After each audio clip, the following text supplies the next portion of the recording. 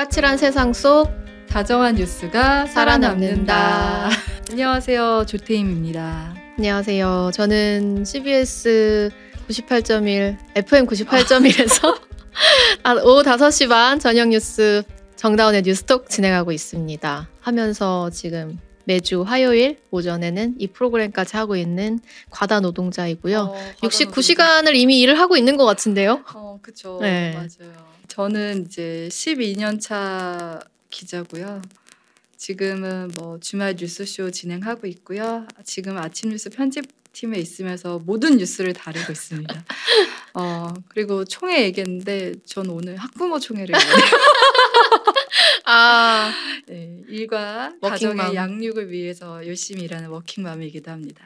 오늘은 좀 편하게 수다를 좀 편하게 떨어볼까요? 수다를 떨어보려고 하는데요. 제가 지금 머리에 든 게 진짜 없어요. 왜 머리에 든 게 없어요? 저 지난주에 방송을 해서 뭐 좀 그렇긴 했는데 하여튼 휴가 다녀왔거든요.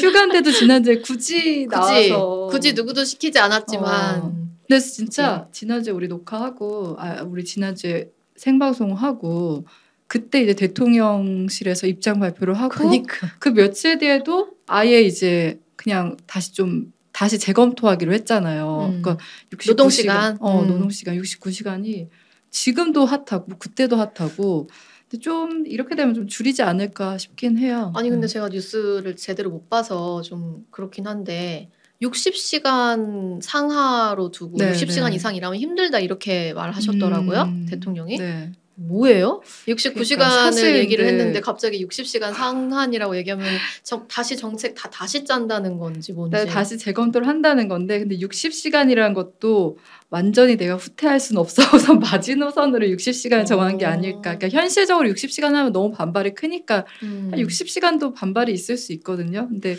그 6이란 숫자에 그 뭐죠? 끈을 놓지 못하는 거 아닌가 이런 생각도 들더라고요. 뭐 어떻게 차차 정리해 갈진 봐야겠지만 정책 만드는 사람들 너무 힘들 것 같아. 근데 좀 그건 아마추어적인 면도 있었던 것 같아요. 왜냐면은 정책을 발표하기 전에 이런 비판이 나올 걸 충분히 예상했어야 했는데 그런 거를 염두에 두지 않고 일단 발표부터 했던 게 아닌가. 그러니까 이제 부처 간 엇박자 이런 지적이 나오는데 그거에 대해서는 정부가 할 말이 없을 것 같아요. 그러니까 뭐 대단한 철학이 있지도 않았다는 거 아닌가 싶더라고요. 그치, 맞아요. 그리고 이렇게 모든 게 약간 대통령 가라사대로 자꾸 흘러가는 듯한 느낌이 들어서 대통령 가라사대. 갑자기 얘기를 하면은 또 막 따라가고 이제부터는 내가 이렇게 결단했습니다. 이 길이 아닌가벼. 하면 또 돌아가고 뭐야 뭐 밑에서 일하는 사람들은 지금 윤석열 대통령 머릿속에서 나오는 그 한마디 한마디에만 집중해서 가고 있는데 맞아요. 우리가 제왕적 대통령제라고는 하긴 하지만 대통령이 제왕은 아니잖아요. 민주주의 국가에서 이 모든 엘리트들이 다 이렇게 끌려가고 있는 건지. 네, 그래서 이제 그 얘기에 이어서 오늘 우리가 얘기할 게 그 한일 정상회담 후폭풍 그리고 이제 거기 그 전에 시작된 한일 강제징용 이런 얘기를 좀 해보려고 해요. 지금 어제 윤석열 대통령 관련 지지율이 나왔어요. 리얼미터 지지율이 나왔는데 어떻게 됐어요? 저 진짜 뉴스를 하나도 못 보고 왔어요. 하락했어요. 그러니까 2%포인트 하락? 지난주에 이미 4%포인트 하락했는데 이번 주에 2%포인트 하락했더라고요. 근데 그거를 이제 다 대부분 69시간이랑 한일 정상회담의 영향이다라고 분석을 해요. 30 몇 %대예요? 33%인가 제가 찾아보겠습니다. 맞는지 모르겠는데 33%로 저는 봤던 것 같은데 올해 거의 최저네요. 5주 만에 60%대 부정평가가 36.8. 36.8. 올해 최저겠네요. 그러면. 근데 이제 사실 윤석열 대통령이 그 강제징용 3자 변제안을 내놨을 때 비난 여론이 되게 많았잖아요. 그리고 이제 그 당사자분들 강제징용 피해자 생존 피해자 3분이 계신데 그분들이 나 돈 안 받겠다 이렇게 주는 거 받기 싫다라고까지 얘기를 했는데 윤석열 대통령이 일본 가기 전에 요미우리 신문과 인터뷰에서 구상권 청구는 이제 없다 뭐 이런 얘기하고 뭐 한일 관계 미래로 가야 된다 이런 얘기를 하니까 국내 정서와 너무 다른 얘기를 그 일본 언론과 인터뷰를 한 거거든요. 구상권 청구조차 안 하겠다는 얘기를 했었나요? 그 인터뷰 가서 그렇게 했고 그게 이제 국내 언론에서 굉장히 많이 지적이 됐어요. 왜냐면 원래 제시한 제3자 해법도 나중에 구상권 청구할 수 있다를 전제로 한 거 아니었어요? 그러니까 구상권 청구라는 게 민법에 10년을 정해놨대요. 근데 그걸 구상권 청구라는 것도 대통령이 정할 수 있는 게 아니고 피해 당사자가 정하는 일어나는 건데 네네. 그거를 피해 당사자 얘기도 안 듣고 구상권 청구는 없다 이렇게 얘기를 해버리니까 국내 언론에서 지적이 나왔었는데 일본 가서 또 일본 기자들이 이제 그거에 대한 우려가 있었던 거죠. 위안부 합의가 번복되면서 일본에서는 한국 정부는 또 정권 바뀌면 또 바뀔 수 있다. 그래서 일본 기자들이 그 질문을 집중적으로 했대요. 근데 구상권 청구 없다. 이렇게 또 확실하게 답을 했다고 하더라고요. 그러니까 그런 것들이 국내에서는 그러니까 국내 언론에는 친절하지 않으면서 왜 이렇게 일본 가서는 친절한 얘기를 하나 이런 지적도 나오고 근데 분명히 그런 얘기를 하면서 윤석열 대통령이 얘기했던 거는 우리 이제 이대로 한일 관계 이어가면 안 된다. 이제 바꿔가야 된다. 그 끈을 끊어야 된다라는 거였거든요.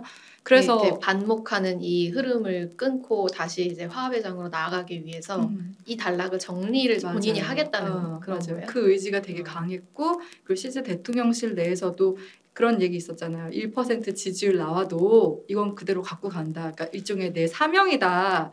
이런 게 되게 컸던 거예요. 근데 막상 사명이라고 해서 그러면 우리가 미래로 가겠지 했는데 한일 정상회담 뚜껑을 열어보니까 지금 뭐 지소미아 다시 부활이 되고 뭐죠 그 무역 관련해서 뭐 수출 규제 풀고 이런 것들을 하는데 수출 규제 얘기는 거의 안 나온 거죠. 그 소재 부분에 있어 수출 규제를 했던 거를 이제 풀기로는 했고 그 화이트리스트에 들어가면 이제 무역이 간소화되는 건데 그거에는 아직 우리가 포함이 안 됐어요. 그거는 좀 향후 논의를 하겠다 이런 정도거든요. 그로 인하여 요미우리 인터뷰 이후에 일본 여론은 국민 여론은 지금 65%가 그러니까 한일회담에 대한 긍정적인 평가를 일본 국민 3명 중 2명은 이번 성과 있었다 이렇게 평가를 한다고 하더라고요. 우리 여론과는 완전 반대로 움직이는 상황이죠. 어쩐지 제가 뭐 이렇게 예정한 건 아니지만 윤석열 대통령이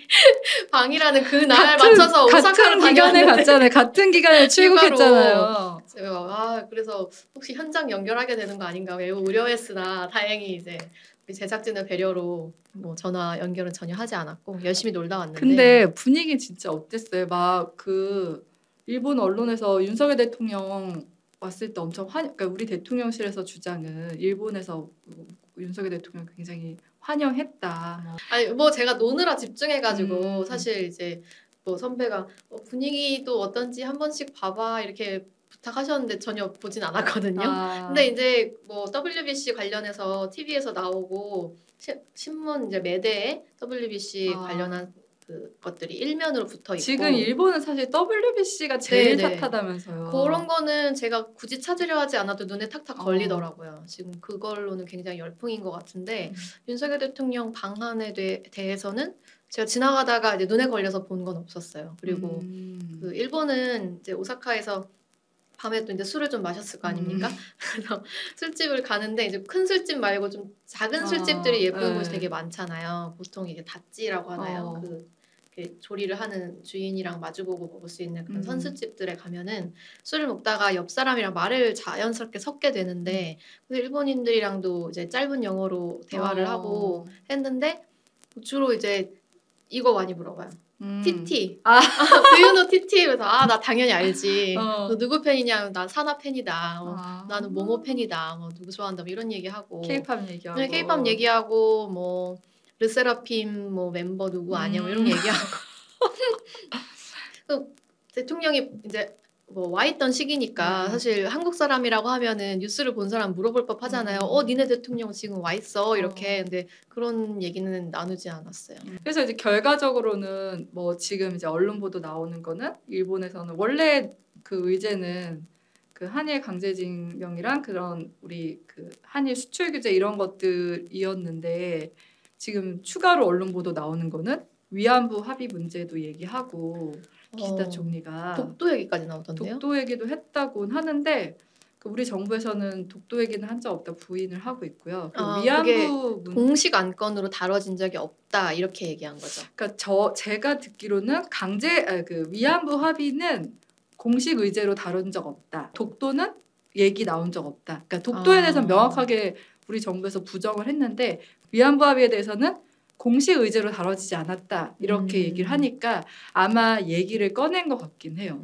그러니까 일방적으로 이쪽에서 얘기했는데 우리가 별로 이렇게 개의치 않았으면 그러니까 서로 온도차가 있는 거잖아요. 거기에서 오는 그 워딩의 차이가 좀 있는 것 같은데 어쨌든 일본에서는 만난 김에 할 수 있는 얘기는 다 꺼낸 것 같아요. 거기에 뭐 스가 전 총리가 후쿠시마 오염수 얘기도 했다고 하고 그러니까 만난 김에 무슨 우리가 뭐 지금 해결사가 돼야 되는 거예요? 일본과의 있는 모든 문제에서? 사실 이거는 해결의 주도권을 가져오는 것도 아닌 것 같은 그쵸. 게 그냥 그쪽에서 요구하는 거를 일방적으로 우리가 듣고 이해해줘야 되는 그런 상황이 자꾸 연출되고 있는 것 같아요. 오염수 문제도 그렇고 한일 뭐 위안부 합의도 아니죠 사실. 우리가 얘기하고 있는 거는 해법이라는 단어인데 합의가 아닌 게 저쪽에서는 합의한 사항이 아무것도 없으니까 윤석열 정부에서 자체적으로 만들어낸 강제동원 해법. 위안부 해법이라는 말을 쓰고 있잖아요. 지금 그 한일 정상회담에서. 근데 이게 합의라고 볼 수 있는가? 어떤 협상이라고 볼 수 있는가? 그렇죠. 우리가 가져간 해법에 대한 일본 정부의 평가. 평가. 이런 외교를 왜 우리가 해야 되는 걸까요? 이런 생각이 들었어요. 물론 이제 그거에 대해서는 이제 뒤에 있을 한미 정상회담 때문에 이제 한일 정상회담은 어쩔 수 없이 우리가 이끌어 가야 됐다는 과제가 있었던 것 같은데 일단 좀 그건 봐야 될 것 같아요. 우리가 정말 그럼 성과가 있는 건지는 뭐 한미 정상회담이나 거기까지는 지켜보자. 이후를 봐야 되는데 진짜 이후에 그때 봤는데 정말 우리가 얻은 게 없어. 이러면 그 후폭풍은 더 거세지 않을까 그런 생각이 들더라고요. 그러게요. 네. 좀 지켜볼 필요는 있겠으나 뭐 윤석열 대통령이 이제는 정말 리더가 결단해야겠다. 그럼 결단에 따른 책임까지 온전히 짊어지겠다. 저는 이렇게 새겨볼 필요는 있다고도 생각이 듭니다. 그러니까 지금 모두들 한일 관계를 정상화시켜야 된다는 거에 대해서는 이론의 여지가 있죠. 없잖아요. 근데 이제 그 방법의 문제인데 저는 조금 아쉬운 게 만약에 이 문제를 해결하기 위해서 제3자 변제를 냈다면 그 전에 피해자들의 동의나 아니 꼭 동의를 얻기 어렵다면 설명이라도 했었으면 그러니까요. 어떨까라는 생각이 들더라고요. 그리고 이거는 한국 사법부를 무시한 행동이기도 했잖아요. 그 얘기도 나오죠. 왜냐하면 대법원에서 판결을 한 건데 검사 출신의 그 사법부 경험이 있는 사람인데 사법부는 아니죠. 엄밀히 말하면 행정부 소속 검사. 검찰은 그렇죠. 어쨌든 법조인으로서 다 알 텐데 그런 기본 삼권 분립이라는 기본 원칙 대전제 당연히 아는 사람인데, 그러니까 아는 지도자인데 그렇게 했다는 게 좀 비판의 소지가 있죠. 근데 저는 이거 보면서 조금 이제 아까 했던 얘기를 이어서 하면은, 그러니까 피해자들을 얼어줄 수 있었던 게 부족한 거 아닌가. 그러니까 일본에서 뭐 진정한 사과를 우리가 기대했지만 없겠죠. 없을 거라는 건 좀 예상이 됐는데 그 과정에 조금 더 우리 정부가 그 피해자들의 마음을 좀 헤아려 줬으면 어땠을까 이런 아쉬움이 남더라고요. 뭐 헤아렸다면 사실 방법은 계속 일본에 대해서 진정성 있는 사과를 정부가 강하게 요구하는 것 그것만이 사실 피해자들을 어루만질 수 있는 길이기 때문에 그냥 외면한 것 같아요. 그걸 할 수 있는 사과 강하게 요구하고 목소리를 내야 되는데 외교적인 스탠스 때문에 대법원의 결정이 있어도 사실 지금 그거를 안 하고 있었던 상황인 거잖아요. 이 강제동원 배상 문제와 관련해서는 지금 2012년부터 법원에서 판단이 나온 이후에도 정부가 이 사건을 다시 되돌리고 거기에 이제 개입한 게 이제 사법농단 사건이 있었던 거고 외교적인 문제로 법원의 어떤 절차에 정부가 개입하고 이걸 다시 이렇게 조작하고 만지려고 하고 이런 스탠스가 지금 2018년까지 온 다음에야 확정이 늦게 나서 그래서 그 사이에 많은 피해자분들이 돌아가시고 이미 이제 법원이 그런 식으로 피해자들의 마음을 어루만지기는커녕 여기 중간에 자꾸 개입해서 외교적인 이익과 실리 때문에 피해자들을 자꾸 외면하려고 했던 그런 정치들을 해왔는데 지금에 있어서도 그 연장선상에 그냥 그 고리에 계속 있었다고 보여져요. 그 문제에 있어서는. 그리고 그때 윤석열 대통령이 요미우리 신문과 인터뷰를 하면서 그 얘기를 했어요. 그러니까 막상 변제가 되면 뭐 구상권 청구 안 할 것이다 뭐 이렇게 얘기를 했어요. 그러니까 그러니까 막상 그럼 돈이 지급되면은 이제 그 논란이 사라질 것이다 뭐 이런 식의 해석인데 그 사실 이제 피해자분들이 원하는 건 이제 사과 얘기인 거잖아요. 돈이 아니라. 근데 너무 이제 그쪽으로만 해결책을 내려고 했던 거 아닌가 그런 근데 생각도 들고. 그러니까 어떻게 보면 진짜 좀 제가 날 것으로 얘기를 하자면 시간이 지나서 이 일이 그냥 잊혀지기를 피해자들이 돌아가셔서 또 남은 이 일을 피해자로부터 고스란히 전해 듣고 기억하고 있는 많은 유족들이 또 시간이 지나서 그게 무뎌지기를 그냥 그렇게 시간에 계속 맡기고 묻어두려고 하는 것이 아닌가라는 생각이 드는데 시간이 지난다고 과연 해결될 일일까? 근데 이제 그래서 이번에 또 같은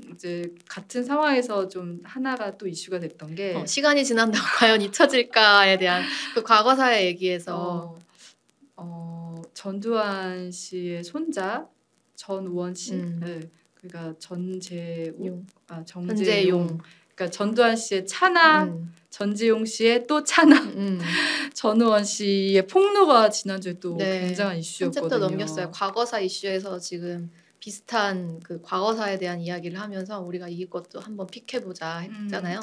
왜냐하면 전두환 씨라고 할게요. 전두환 씨가 그러니까 죽기 전까지 일체 사과를 안 했고 인정하지 않았잖아요. 근데 계속 그 피해 유가족들이 요구했던 거기도 마찬가지로 사과였어요. 사과와 반성. 근데 그게 이루어지지 않았고 오히려 너무 잘 살아가는 모습이 이제 국민들한테 보여주니까 그 비난 여론이 되게 컸잖아요. 근데 결국 죽기 전에 사과 한번 받겠다. 그리고 전두환 씨가 죽기 전에 사과 한번 하겠지 그 기대가 이제 사실 이제 죽음으로써 다 끝나버린 거잖아요. 맞아요. 그냥 그러고 잊혀졌는데 어느 날 갑자기 손자가 딱 나타나가지고 과거에 대해서 우리는 잘못했다. 우리가 좀 잘못했고 그 돈과 그 부정 축제한 걸로 지금 생활을 되게 누리고 있다. 우리 집안은 다 뭐 범죄자 가족이다. 이런 식으로 자기 고백을 한 거잖아요. 그러니까 이게 어쨌든 뭐 이 전우원 씨가 지금 사실 마약을 했다던가 이런 얘기는 뭐 성범죄 얘기도 본인이 했고 이제 그 말한 사람 자체가 조금 신뢰할 수 있느냐. 또 그리고 여전히 이제 범죄의 소지가 있고 하니까 그거에 대한 신뢰성 문제는 있긴 한데 그래도 이제 의미가 있는 거는 그 일가에서 사과를 했다. 그 사람들이 좀 주목하는 것 같아요. 네. 과연 그 사람의 사과를 그 일가의 사과로 볼 수 있을지는 물론 그렇긴 한데 그게 좀 사과의 어떤 일면이 되려면 그 사람이 꺼낸 그 부정 축제에 대한 이야기가 실제 수사로도 이어질 수 있어야 될 것 같아요. 왜냐하면 전두환 씨의 그 부정 축제에서 추징금으로 그 책정된 돈이 한 2,200억 원 정도였었잖아요. 근데 그 중에 실제 추징된 돈이 1,000억 원 좀 넘고 한 800억 원대, 900억 원대가 남아 있다고 하더라고요. 남아 있는데 그 중에 상당수는 이제 전두환 씨가 죽음으로써 사실 거의 추징할 수 없게 된 돈이 되어버린 상황인데 그거를 추징하게 하려고 사망한 이후에도 그 남은 이제 유산으로 남은 재산을 추징할 수 있게 하는 전두환 3법이라든지 이런 것들이 법안이 발의돼 있는데 지금 아직 통과가 안 된 상황이고 그리고 우리가 그냥 머리를 굴려봐도 전두환 씨가 당시 독재 정권으로 축제한 돈이 2천억 원밖에 없을까? 그렇게 생각하지 않잖아요. 당시 이제 검찰이 수사했을 때도 거의 한 1조 원 가량을 파악했는데 그 중에 수사해서 기소로 넘길 수 있었던 증거가 있었던 돈이 한 2천억 원대였다는 거고 나머지 그냥 수사 단계에서 파악된 돈만 한 7천억 원 정도가 더 있다는 건데 그거는 지금 못 잡아낸 거고 실제로 자기 주머니에 26만 원인가요? 29만 원인가? 26만 원? 29만 원밖에 없다고 했는데 지금 그 일가들 뭐 와이너리 한다면서요. 그게 뭐 무슨 천문학적인 돈이 있지 않고서는 그 넓은 포도밭과 뭐 와인, 오크통 뭐 이런 거 못 한다며요. 근데 그 돈이 다 어디서 나서 2천억 원 중에 1,000억 원이나 추징을 당했음에도 불구하고 대대손손 그렇게 잘 살고 있는 것인지에 대해 국민들은 다 의구심을 가지고 있거든요. 그리고 다들 알고 있죠. 뭔가 또 검은 돈이 있겠거니. 근데 잡아낼 방법이 없는 거잖아요. 그 손자 전우원 씨의 말이 어떤 파장을 불러일으킬까? 그게 실제로 지금 이제 아버지 전재용 씨는 뭐 애가 아프다 막 이렇게 지금 이야기하고 있는데 과연 본인들이 그 아버지가 쌓아놓은 부를 기반으로 하지 않고서도 지금 그 부를 일궈내서 잘 살 수 있었던 것일까에 대해서 한번 생각해 볼 수 있는 계기가 되지 않았나. 저는 그 전우원 씨가 마약을 한다는 게 너무 안타깝더라고요. 왜냐하면 이제 지금 이제 전우원 씨가 문제 제기를 처음 했을 때 사람들이 와 환호하다가 갑자기 이제 마약하다 끌려나가고 뭐 이런 장면들을 보다 보니까 이제 전우원 씨 그 메신저의 신빙성에 대해서도 이제 사람들이 의문을 제기하는 거잖아요.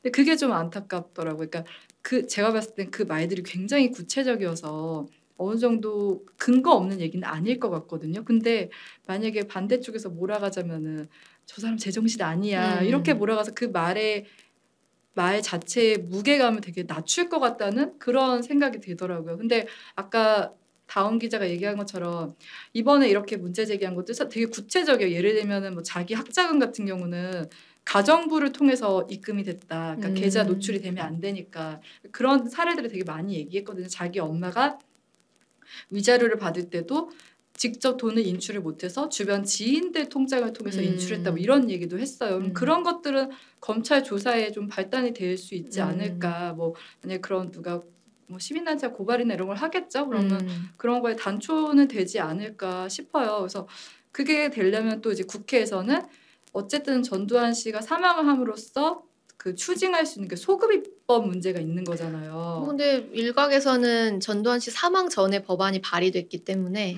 법안이 통과가 된다면은 조금 뭐 법적으로 좀 풀 수 있는 방법도 있지 않을까라는 해설도 있긴 하더라고요. 근데 뭐 나중에 다시 한번 그 정립을 해봐야 될 문제겠죠. 소급법 문제가 분명히 나올 테고. 그러니까 그런 것들이 이번을 계기로 좀 진지하게 논의가 됐으면 좋겠다. 그래서 이제 아까 제가 얘기했듯이 안타까운 게 그 전우원 씨가 마약을 했다는 거. 그러니까 저는 또 인간적으로 얼마나 괴로웠으면 이런 생각도 들어요. 그러니까 그 자기가 느끼는 괴리감 있잖아요.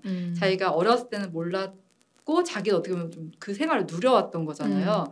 근데 점점 크면서 이제 자기도 듣는 얘기들이 있었을 거고 아마 본인의 윤리관을 성립하는 과정에서 막 혼돈이 있었겠죠. 자기 개인과 외부에서 보는 개인 그 일가에 대한 그런 것들 때문에 마약을 하게 됐는지 어떤지 모르겠지만 그 개인 한 사람을 봤을 땐 또 좀 안타까운 면도 있고 또 아까 사회적인 측면에서는 마약을 해서 그 말의 신빙성이 떨어지는 것에 대한 좀 안타까움 그 두 가지가 있더라고요. 근데 지금 계속 기사에 나오는 것은 사실 그렇다고 해서 정식으로 수사 개시가 되기는 좀 어려울 것이다라고 부정적으로 보는 게 많은 것 같아요. 그러게요. 뭐 집안에 무슨 돈이 쌓인 금고가 있다 이랬는데 그러니까 본인 어린 시절에는 충분히 있었을 법도 하더라고요. 그 당시에 이제 검찰이 연희동 자택까지 털진 않았으니까. 근데 지금은 당연히 없을 테고 공매로 넘어간 집이. 그러니까 뭐 증거가 있을 리도 만무하고. 근데 요즘 이렇게 정치권이나 뭐 이런 거를 보면 물론 뭐 전두환 일가 얘기도 했지만 일본 얘기 거기에 이제 너무 거시적인 측면이고 이제 국내 정치로도 한정해도 참 사과가 어렵구나. 자신의 잘못을 인정하는 게 어렵구나. 그러니까 요새 점점 더 정치인들이 옛날에는 뭐 고개 숙여 사과했습니다. 이런 말들이 많았잖아요. 기사에. 근데 요새는 그 사과를 잘 안 하는 거예요. 왜냐면은 사과를 하는 순간 본인의 잘못을 인정하게 되고 그게 유죄로 이어진다고 맞아요. 해서 굉장히 애매한 표현으로 그걸 간다고 하더라고요. 정치가 너무나 사법화돼서 생기는 문제라고 맞아요. 할까요? 이게 사과를 하는 게 진짜 어떤 기소의 요건처럼 되어버린 그런 그래서 사과를 안 하게 되는 또 사과를 하고 나면 예전에는 한 단계 다음 챕터로 넘어갈 수 있는 계기 이제 사과를 했고 그쵸. 이제 발전하는 거잖아요. 다음을 이게 단계로. 아니라 이제 사과를 하면 난 여기서 끝난다. 맞아요. 왜 그런 분위기가 형성이 됐을까? 그런 문화도 참 안타까운 것 같아요. 국민이 정치를 바라보는 관점에서는 우리가 일본 탓하고 하지만 우리도 사실 사과에 굉장히 인색하다 그런 생각이 들더라고요. 보수 정권에서는 사실 박근혜 정부에서 그 최순실 태블릿을 인정한, 그러니까 최순실 씨와의 그런 축제 관계를 인정한 그때부터 이 사과를 못 하겠는, 인정을 할 수 없는 이 고리가 시작된 게 아닌가라고 보는 시각도 있더라고요. 그래서 오늘 우리의 얘기의 결말은 사과를 하자. 그러니까 잘못했으면 사과하자. 유죄 인정으로 넘어가지 않았으면 좋겠다는 생각이 들고 꼭 그렇게 연결되는 게 너무 단순한 인간관계가 아니라 사과를 했을 때 진정으로 좀 상처 입은 사람들의 마음을 다스려주지 않을까. 그렇죠. 그러니까 자꾸 법원으로 가잖아요. 끝장 보자. 근데 우리나라 사람들이 또 그걸 좋아해요. 좋아하니까 자꾸 법원으로 가고 사법적으로 뭔가 1도 양단의 막 명쾌한 결론을 자꾸 바라고 정치인들도 그거에 영합해서 자꾸 그럼 기소하겠습니다. 그럼 수사해 봅시다. 털어봅시다. 한번 둘 다 누가 죽나 한번 게임해 봅시다. 막 이렇게 되는 건데 그러다 보니까 점점 더 이렇게 근데 그렇게 되면 사회적 비용이 너무 크지 않나요? 지금도 너무너무 크죠. 사실. 사과를 하지 않음으로 인해 발생하는 법적 분쟁에 이런 거로 인한 사회적 비용 너무 큰데 사과를 자기의 잘못을 인정할 줄 아는 사회가 됐으면 좋겠다. 그런 네, 생각이 잘못하면 사과하자. 듭니다. 글로리 보세요. 사과 안 해가지고 어떻게 됐습니까? 아 맞아. 더글로리 맞아. 그 얘기도 참 오늘 하려고 했었는데 음. 깜빡했네. 아까 전우원 씨 얘기하면서 참 더글로리도 저 생각나서 이러면 얘기가 너무 길어지는데 가해자들끼리 상해층- 공멸했잖아요. 그쵸. 서로 분란을 일으키다가 너무너무 약간 이상적이고 되게 속 시원한 결말이었는데 이거 스포가 음. 스포주의 이런 거 해야 되는 어? 거 아닙니까? 그죠? 네, 네. 스포주의 어쨌든 죄송합니다. 더 글로리의 메시지 중 음. 하나는 사과, 그러니까 자신의 잘못을 인정하지 않는 그러게요. 사람의 기회를 몇 번 최후는 줬는데 끔찍하다. 그렇게만 됐던 사례들이 몇 번 있었다면 사실 음. 그렇게까지 정치의 사법화가 이루어지진 않았을 텐데 사실 세상은 그렇게 막 신이 그 나쁜 자들을 굽어 살피면서 친히 그 최악의 길로 인도하고 그러지 않잖아요. 그래서 사람들이 그렇게 법원으로 향하고 끝장의 결말을 보려고 하고 맞아요. 그게 안 되니 이제 또 사법을 못 믿겠다 욕하고 음. 개인적인 어떤 복수에 나서는 문동은을 응원하고 음. 그렇게 되지 않았나. 사과 정말 어려워요. 근데 저는 그냥 피해자가 원할 때까지 해야 된다고 생각해요. 사실. 그래서 일본과는 이게 결국에 협상의 측면에서는 안 된 안 거였던 되는 거죠. 거잖아요. 근데 독일은 계속 하잖아요. 어떤 자리가 있을 때마다 계속 하거든요. 그냥 본인들의 어떤 그런 전범 행위에 대해서 그냥 끝날 때까지 하는 거예요. 그냥 계속. 저는 그러니까 일본의 행태를 보면서 일본에 그럼 우리가 어떻게 사과를 받아낼 수 있을까 이 생각이 들더라고요. 개인적으로.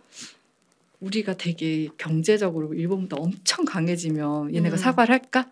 그러니까 그때는 아쉬워서라도 하려나? 뭐 이런 생각도 들더라고요. 근데 우리가 어떻게 할 수 있는 문제인가라는 생각도 좀 들어요. 왜냐면은 가해자에게 사과를 받아내기 위해서 피해자가 강해져야 하는 문제인가.